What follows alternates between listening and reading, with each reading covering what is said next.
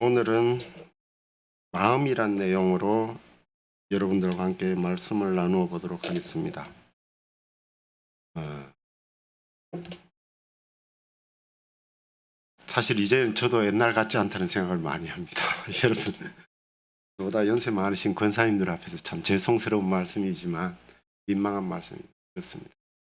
그리고 지난주에는 또 약을 이렇게 한 알 정도를 줄이다 보니까 병원에서 한 알 정도 줄여서 처방을 해주다 보니까 약을 조금 줄이면 한 달 정도 사실 좀 많이 힘들더라고요. 아프기도 하고 멍하기도 하고.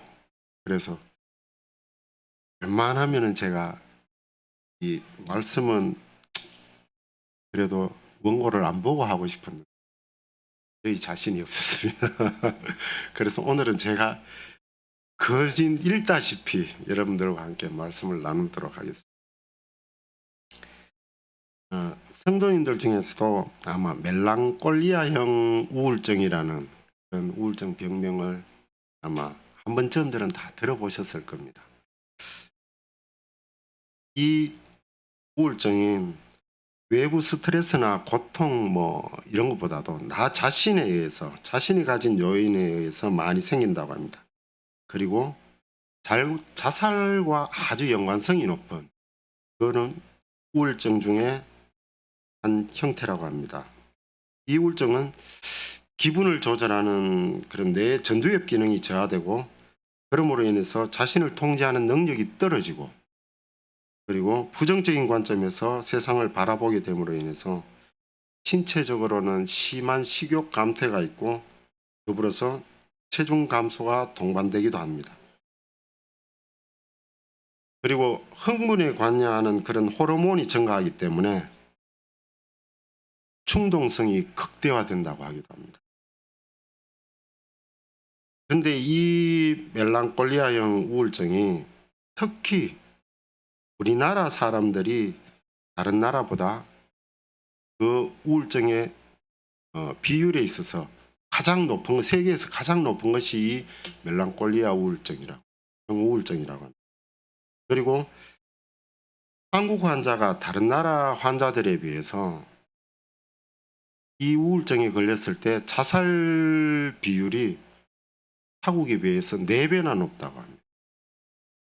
또 한 가지는 아마 이것이 감성적인 문제에 의해서 많이 발생하지 않나 싶기도 하다고 하는데, 사계절이 뚜렷한 우리나라 같은 경우에 동남아시아라든지 늘 사계절이 따뜻하고 아니면 덥거나 춥거나 이런 날씨 변화가 많이 없는 지역보다 우리같이 사계절이 뚜렷한 나라에서 많이 발생하는 그런 우울증의 한 형태라고도 합니다.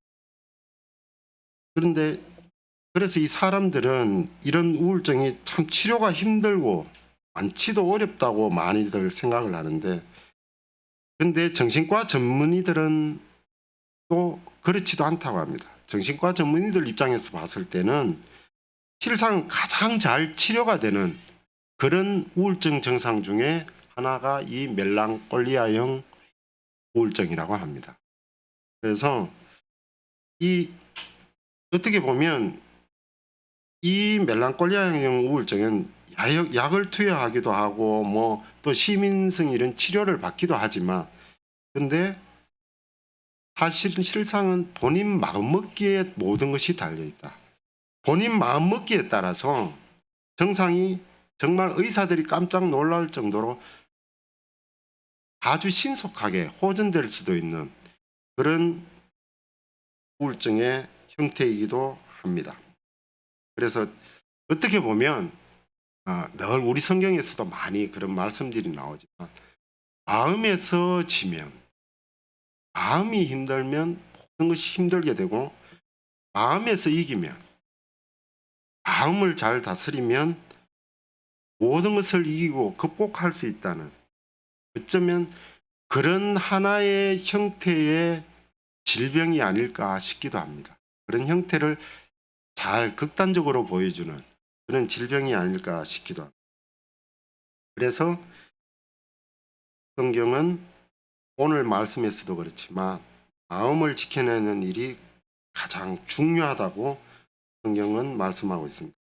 내가 원치도 않는데 어떤 경우에는 마음이 갑자기 우울해지기도 하고, 그리고 자꾸만 모든 것이 안 그러려고 하지만 부정적으로 여겨질 때가 많습니다.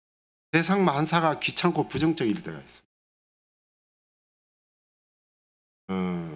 특히 우리 갱년기를 넘어가면서 자살률도 높아지고 여러 가지 근심 걱정도 전혀 다른 사람들이 봤을 때는 저걸 왜 걱정할까라는, 특히 아마 여러분들이 그런 경우도 있을 겁니다.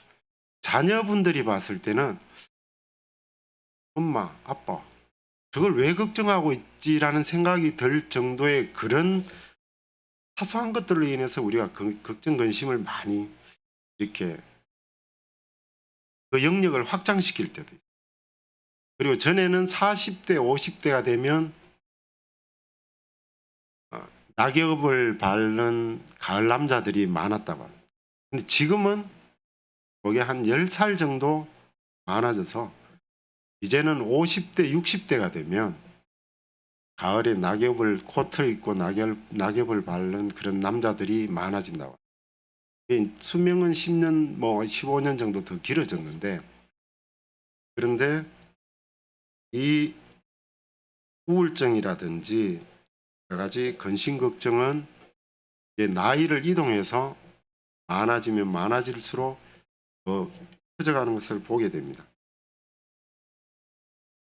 그런 가운데서 우리 신앙인들이, 그럼 이런 상황에서 신앙인들이 가져야 될 마음가짐이 무엇이고 최선의 답이 무엇일까?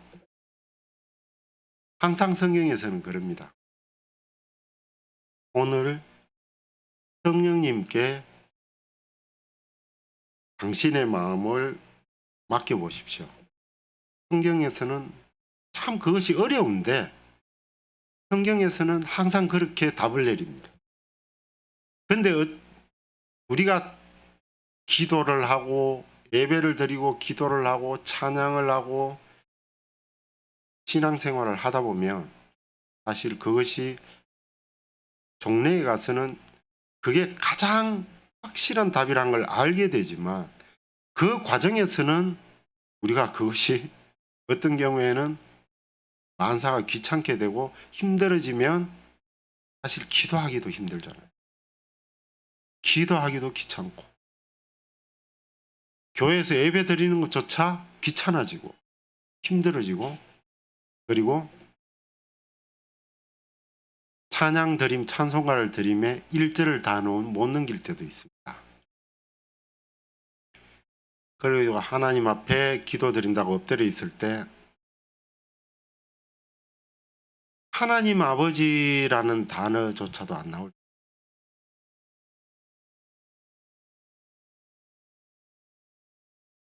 그럴 때는 어쩌면은 내 영혼을 팔아버리고 싶기도 하고 내 가슴이 찢어지는 듯한 이 가슴을 갖다 도려내버리고 싶을 때도 있고, 그럴 때는 사실 하나님 앞에 기대기가 참. 하지만 성경은, 그리고 믿음의 우리 선배들은 체험적으로 그럴 때에 성령님께 네 마음을 맡겨보라는 답을 내려줍니다.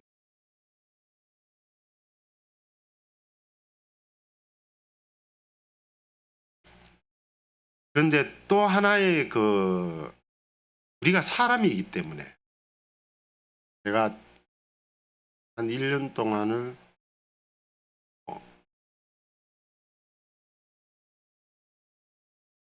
저의 그런 여러 가지 심신의 그런 미약한 부분들을 치료하기 위해서 여러 가지 생각도 해보고 약도 복용을 해보고, 그리고 부모님들이 해서 보내주시는, 그리고 해주시는 그런 약들도 뭐 이렇게 몸에 좋다는 것도 먹어보고 하니까 거진 몇 개월이 지나면서 제가 느끼고 제가 터득한 방법이라면 이것을 모두 알고 성도님들도 알고 계시고 마음의 여유가 없어서 뭐 시도를 하다가 포기하신 분들도 계시겠지만 저는 그렇습니다. 기도와 함께 다음에 한 내용들 두 가지를 갖다가 제 몸과 마음에 익숙해지도록 저희 가족들도 모르게 참 부단히 노력했던 것 같습니다. 그랬을 때 제 1년이 지난 지금에 와서 내 심신이 편안해지고 내 마음이 평안해지고 내 육체가 조금씩 하나님의 은혜와 함께 나아지고 있다는 것을 느낍니다. 그 첫 번째가 여러분들에게 말씀드리고 싶은 것이 내려놓으면 행복입니다. 내려놓는 것이 행복입니다.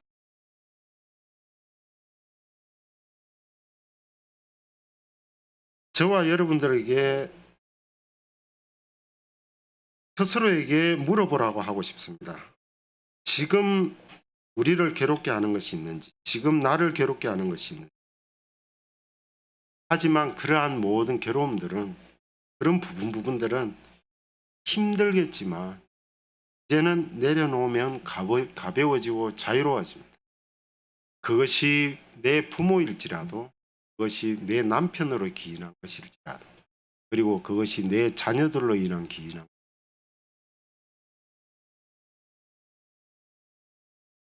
그것이 어쩌면 같은 성도인 누구로부터 기인한 것일지, 그럴지라도 힘들겠지만 내려놓으면, 그리고 내 마음을 비우면 가벼워지고 자유로워집니다. 그런데 결국 알을 내려놓는 것이 어쩌면 포기하는 것처럼 보일 수도 있지만, 하지만 그것은 나를 다시 세우는 길이기도 합니다.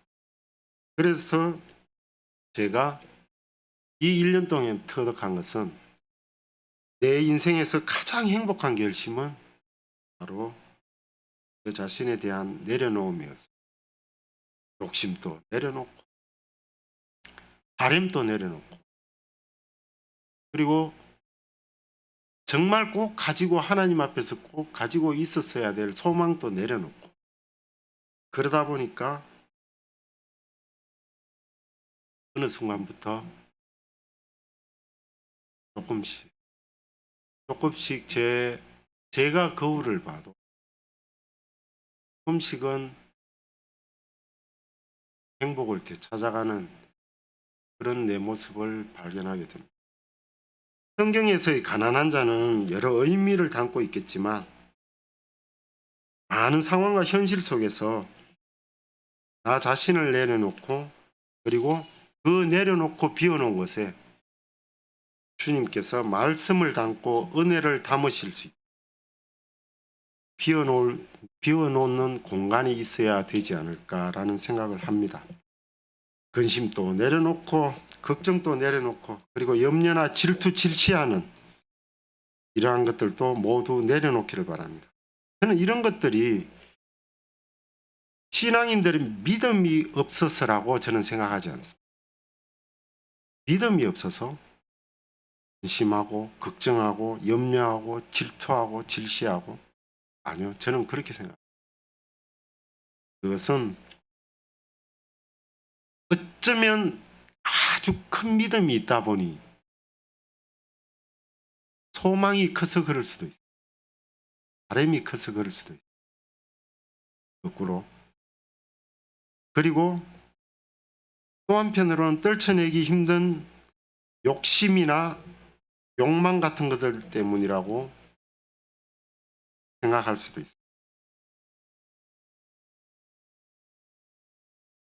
그런데 저 자신도 1년 동안 이제는 비우고 맡기는 훈련을 스스로 하다 보니까 끊임없이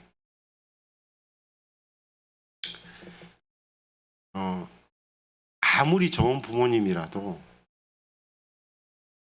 제 마음에 다 들지는 않습니다. 아무리 좋은 부모님.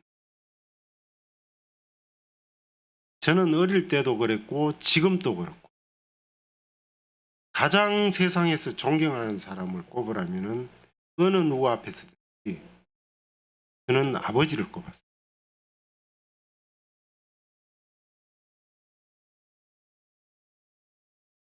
제 할아버지가 생존해 계실 때는 제 할아버지를 꼽았었고 제 할아버지께서 돌아가시고 난 뒤부터는 아버지를 아버지께서 가장 존경할 만한 분이라고 저는 항상 생각을 했고 지금도 그렇습니다. 그리고 아버지께 편지를 군대에 있을 때 편지를 쓴다라든지 아니면 만나 뵀을 때도 가끔씩은 제 마음을 표현합니다. 사랑합니다. 그리고 존경합니다.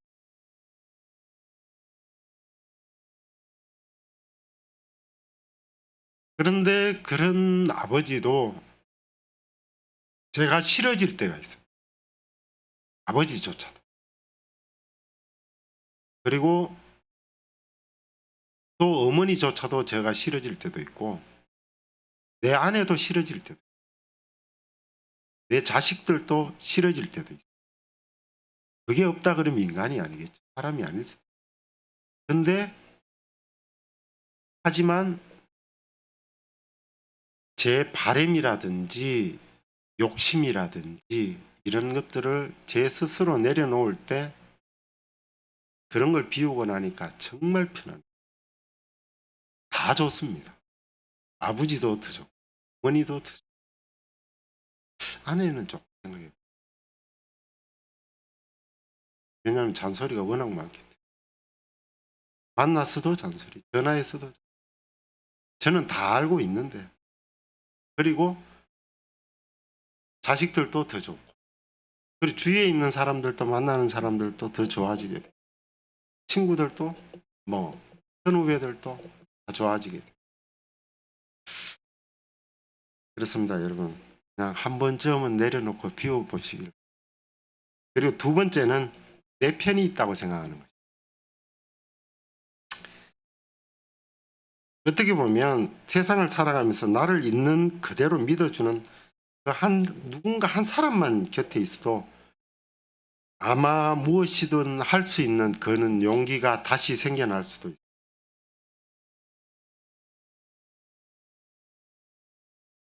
힘들고 어려울 때도 속도는 느리지만 시행착오는 겪을지라도 아마 꿈을 향해서 걸어가는 도시 걸어갈 수 있는 그런 걸어가는 힘이 생길 수도 있어요.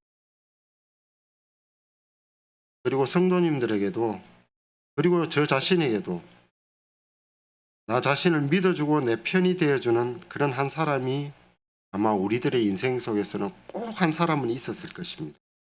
그것이 부모일 수도 있고 형제 자매 혹은 선후배일 수도 있고 친구일 수도 있고 때로는 저보다 20년 30년 나이가 적은 어린 자녀들일 수도 있었습니다. 그런데 거기에 더불어서 그런 사람들은 밤에는 잠자고 낮에는 내일 때문에 바쁠지라도 내 눈에서 안 보일 때는 나에게 힘이 되어 줄 수 없을지라도 더불어서 언제나 내 등 뒤에 계시는 주님께서도 계십니다. 항상 내 편이라고 말씀하시고 기다려주시는 그런 주님께서 그래서 정말 이 세상에 내 편이 아무도 없다고 생각하실 때 한 사람도 없다라고 생각하실 때는 주님께서 계신다는 것을 잊지 마시기 바랍니다. 세상에서 어느 누군가 내 편이 있고 하늘에서 보이지 않는 내 등 뒤에서 항상 나와 함께 계시는 그런 주님이 계신다고 내 편이라고 생각한다면 여러분들에게는 삶을 살아가는데 또 다른 힘이 될 거예요. 그래서 비우고, 그리고 어딘가에는, 세상 어딘가에는, 그리고 눈에 보이지 않지만 항상 내 옆에는 그 누군가 있다는 것을 믿고 깨닫고 그리고 힘을 내시기 바랍니다. 그리고 우리에게 그렇다면, 그리고 우리 주위에 누군가는 힘들어하고 있습니다. 그 힘들어하는 누군가에게 우리가 스스로도 책망하고 원망하고 붕괴하고 꾸짖기보다는 그랬었구나, 그래서 참 힘들었겠구나, 이렇게 공감해 주는 것이 다시금 그 누군가도 힘을 내서 일어서게 만들 수가 있을 거예요. 그 사람을 일어서게 하고, 특히 여러분들의 자녀들을 올바르게 성장하는 그런 방법이 아닐까 싶어서 말씀드렸습니다. 여러분들이 잘 아시는 미국의 작가 겸 사회 사업가죠. 청각과 시각을 어릴 때 사고로 질병으로 모두 잃었던 헬렌 켈러. 헬렌 켈러가 한 말 중에 이런 말이 있습니다. 믿음은 산산이 조각난 그러한 세상을 빛으로 나오게 하는 힘이 된다고 했어요. 여러분들의 부모님을 믿어주고 편이 되어주고, 여러분들의 자녀들을 믿어주고 편이 되어주고, 여러분 옆에 있는 성도님들을 믿어주고 편이 되어주고, 이웃들을 믿어주고 편이 되어줄 때 그분들의 다시금 하나님이 곁으로 나오는, 빛으로 나오는, 그리고 세상에 밖으로 나올 수 있는 그런 빛이 여러분들이 될 수 있을 것입니다. 그런 빛의 역할을 감당하는 여러분들이 되시기 바랍니다.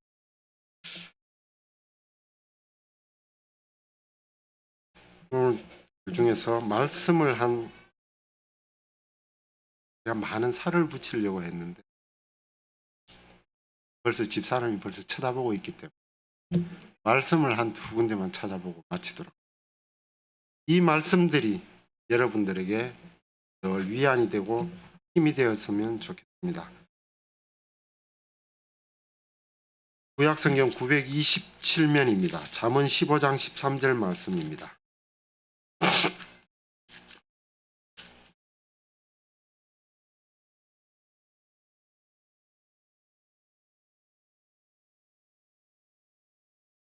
잠언 15장 13절 말씀, 구약성경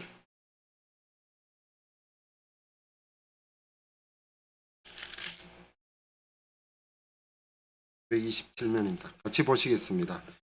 마음의 즐거움은 얼굴을 빛나게 하여도 마음의 근심은 심령을 상하게 하느니라. 구약성경을 봐서는 신약성경 페이지 312면입니다. 에베소서 3장 16절입니다.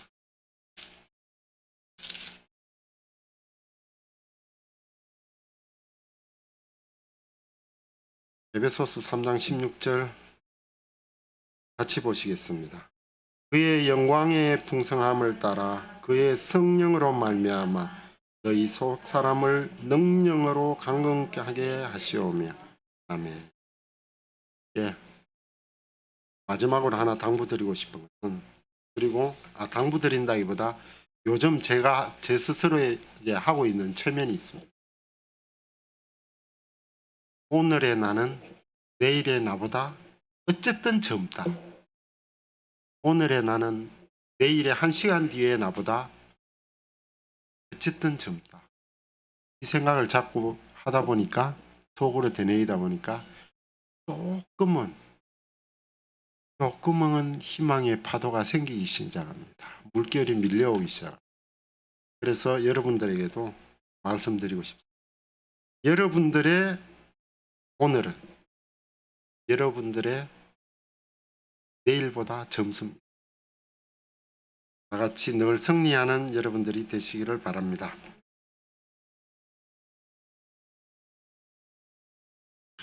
다 같이 새해 찬송을 드리겠습니다.